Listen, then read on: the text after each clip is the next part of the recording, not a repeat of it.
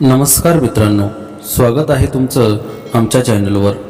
ही कथा सुरू करण्यापूर्वी चॅनलला सबस्क्राईब नक्की करा। तर चला कथेला सुरुवात करूया।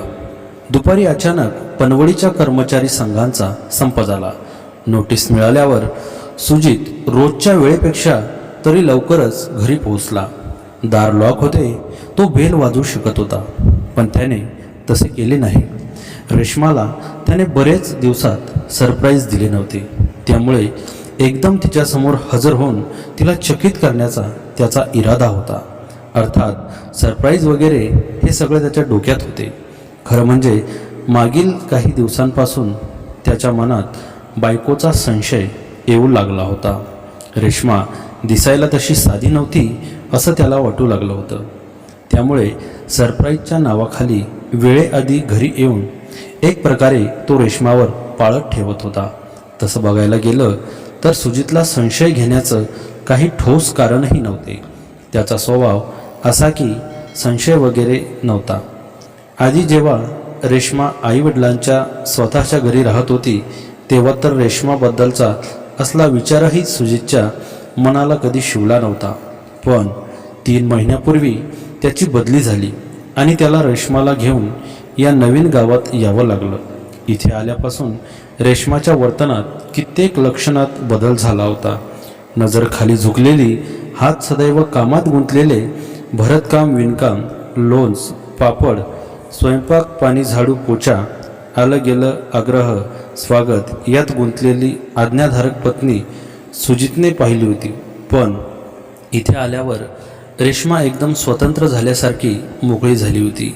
रवी तिच्या डोक्यावर साडीचा पदर कधी खाली पडत नव्हता आणि आता खांद्यावर 2 बारीक नाण्यांची अडकलेली नाईट गाऊन घालून अर्धी छाती उघडी टाकून रेश्मा संपूर्ण घरभर वावरत होती।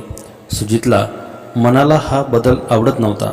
असं नाही की खरं कबूल करायचं झालं तर रेश्माला मान खाली घालून घरातली कामं उरकणारी आणि रात्री बिछाण्यावर नुसती साडी उघडी करणारी बायकोचा कंटाळा आला होता। रोमांस करणारी पुकारणारी बायको त्यालाही हवी होती। मनातला हा बदल त्याने आनंदाने स्वीकारला। पण इथे तो थांबला नाही। दिवसेंदिवस रेश्माचं सौंदर्य जसं खुलत गेलं तसं तिची भूकही वाढत गेली। लाजेचा पदर गाळून पडला आणि रेश्मा भुकावलेल्या शरीराची संभोगाची नशा अनुभवण्यास उत्सुक स्त्री बनली होती। रेश्माच्या शालीन नजरेत आता वासनेच्या ठिकाणी लखलखणारे भाव स्पष्ट दिसायला लागले होते आणि त्यामुळे सुजित अस्वस्थ होऊ लागला। त्याची ही अवस्था त्याच्या मनातल्या संशयाची मूळ होती। शारीरिक गरजेसाठी रेश्मा आपल्याशिवाय दुसऱ्याकडे जाऊ शकते, हा विचार सुजितच्या मनात उठला आणि सुजितने मनाच्या एका कोपऱ्यात त्या विचाराला संशयाचं घर केलं। आपल्या मनातील भावना स्पष्टपणे तो उजागर करू शकत नव्हता। बायकोही तशी त्याला काही बोलत नव्हती, त्यामुळे तो वेगवेगळे विचार चालू होते। त्याला असं वाटू लागलं की आता आपले वय झालं आहे, त्यामुळे आपण रेश्माला पाहिजे तसं शारीरिक सुख देऊ शकत नाही। मग त्याने रेश्मावर शक्य तितकी पाळत ठेवण्यासाठी बाहेरगावी जायचं सांगून तो रात्री उशिरा घरीत परतू लागला। आज संपामुळे अचानक सुट्टी मिळाल्याने त्याला आयती संधी मिळाली होती। बेल न वाजवता आणि कसलाही आवाज न करता स्वतःकडील चावीचा वापर करत सुजितने बाहेरचं दार उघडलं। तो गुपचूप पाऊल टाकीत आत शिरला। दबक्या पावलांनी रेश्माला शोधत तो आत जाऊ लागला। इतक्यात त्याला अडगळीतल्या घशात आलेला माणसाचा घोगरा आवाज त्याच्या कानी पडला आणि त्याचं संपूर्ण अंग थंडावलं। त्याने लक्ष देऊन ऐकलं तेव्हा बेडचा कुरकुर करणारा आवाज सुजितच्या कानात घुसला। त्याचा संशय प्रबळ होत चालला होता। हा आवाज कशामुळे येतो त्याला चांगलं माहीत होतं। डोळ्यापुढे नको ते चित्र उभं राहिलं आणि त्यांचं संपूर्ण शरीर थरथरू लागलं। सुजितच्या डोक्यात विचारांचं चक्र सुरू असताना रेश्माच्या तोंडातून अस्पष्ट मादक किंकाळ्या बाहेर पडल्या। चढत्या श्वासांचा आवाज स्पष्टपणे ऐकू येऊ लागला। त्याला वाटलं की आपण असे अचानक जर त्यांच्यासमोर गेलो तर ते सावध होतील, त्यामुळे तो तेथे आडुशाला थांबला आणि आवाज ऐकू लागला। रेश्माचा मादक आवाज त्याच्या कानी पडत होता। रेश्मा जोरजोराने ओरडत होती, तिचे श्वास वर खाली होत होते. ती मस्त होती. अजून जोरात कर. माझ्या नवऱ्याला आता पहिल्यासारखी ताकद राहिली नाही. तो आता शारीरिक सुख देऊ शकत नाही. त्यामुळे मी निर्णय घेतला, असे तिच्या तोंडून ऐकू येत होते. आता शक्य तिथं जागा उरली नव्हती. त्याचा संशय खरा ठरला होता. त्याची बायको रेश्मा त्याच्याच बेडरूममध्ये कुणातरी दुसऱ्या पुरुषासोबत प्रणयरत झाली होती. ही प्रतिमा सुजितला सहन करू शकत नव्हती. त्याच्या रागाचा पारा इतका ढळला की त्याला आता कशाचंही भान उरलं नव्हतं. त्याची प्रतिक्रिया अतिहिंसक होती. आपल्या खोलीत रेश्माबरोबर जो असेल त्या व्यक्तीला त्याने मारल्याशिवाय सोडणार नव्हता.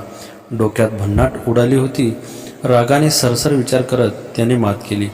आवेशात सुजित किचनमध्ये गेला. किचनमध्ये भाजी कापण्याचा मोठा चाकू हातात घेऊन अलगद पावलं टाकत तो बेडरूमच्या दिशेने जाऊ लागला. आज जो कोणी असेल त्याला बेशुद्ध असताना जोरात वार करून एका घावात काम तमाम करण्याचा सुजितचा इरादा होता. परिणामाची आता त्याला चिंता उरली नव्हती. हाताला चाकू गच्च पकडून सुजित बेडरूमजवळ पोहोचला. उसरक्यांच्या सोबत लाडातील हसण्याचा बारीक आवाज आता स्पष्टपणे ऐकू येत होता. तो दारापुढे सरकताच त्याने आत डोकावून पाहिलं. आत काय भलं मिळणार याची त्याने मनोमन कल्पना केली होती. एक कल्पित दृश्य त्याच्या मनासमोर आधीच साकारलं गेलं होतं. त्याने स्वप्नातही कधी विचार केला नव्हता.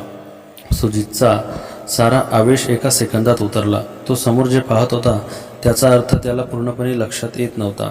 सत्य आणि कल्पनेच्या रेषा दुसऱ्याच झाल्या होत्या. समोरचं दृश्य पाहून सुजित पूर्णपणे रंगीत तारे तुटल्यासारखा झाला होता. घशाला कोरड पडली होती. मेंदू बधीर झाला होता. खोलीत जाण्याची त्याची हिंमत झाली नाही. दार लावून घेऊन थरथरत पावलांनी आणि धुसरत्या धुंद डोळ्यांनी तो घराबाहेर पडला. सुजित घराबाहेर पडला, पण पाय त्याला कुठे नेत आहे याचं त्याला भान नव्हतं. रस्त्यावर ऊन्ह तापत होती, पण त्याला थंडी वाटत होती.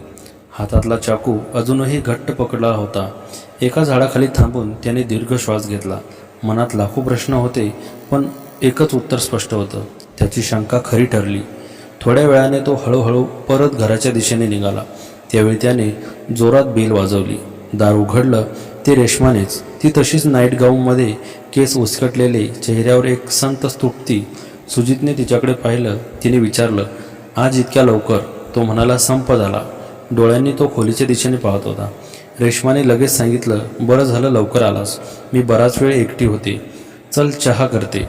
सुजित शांतपणे बेडरूमकडे गेला. दार उघडलं. तिथे कोणी नव्हतं. बेड व्यवस्थित केलेला होता. खिडकी उघडी होती. हवा खेळत होती. त्याने हातातला चाकू बाजूला ठेवला आणि मग हळूवार हसला. तो हसरा चेहरा रेश्माने पाहिला. ती म्हणाली, काय झालं? तो म्हणाला, काही नाही, फक्त खूप दिवसांनी सरप्राईज देण्याचा प्रयत्न केला, पण तू मला सरप्राईज देऊन टाकलंस. रेश्माने गोंधळलेल्या नजरेने त्याच्याकडे पाहिलं. सुजितने तिच्या हातात हात ठेवत म्हणाला, मला वाटलं इथे कोणीतरी होतं, पण मीच चुकलो.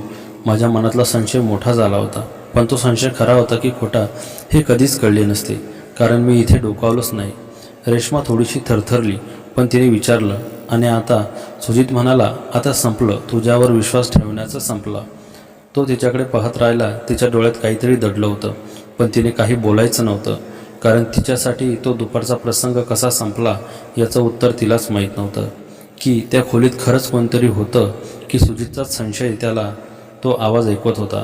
तिने फक्त इतकंच म्हटलं, चहा थंड होतोय. ते दोघे बसले एकमेकांकडे पाहत. सुजितच्या हातात चाकू नव्हता, पण त्याच्या मनातला संशय मात्र चाकूसारखाच टोचत होता. तर मित्रांनो, कथा आवडली असेल तर व्हिडिओला लाईक शेअर करा आणि अशाच नवनवीन कथांचा आनंद घेण्यासाठी आमच्या चॅनलला सबस्क्राईब नक्की करा. धन्यवाद.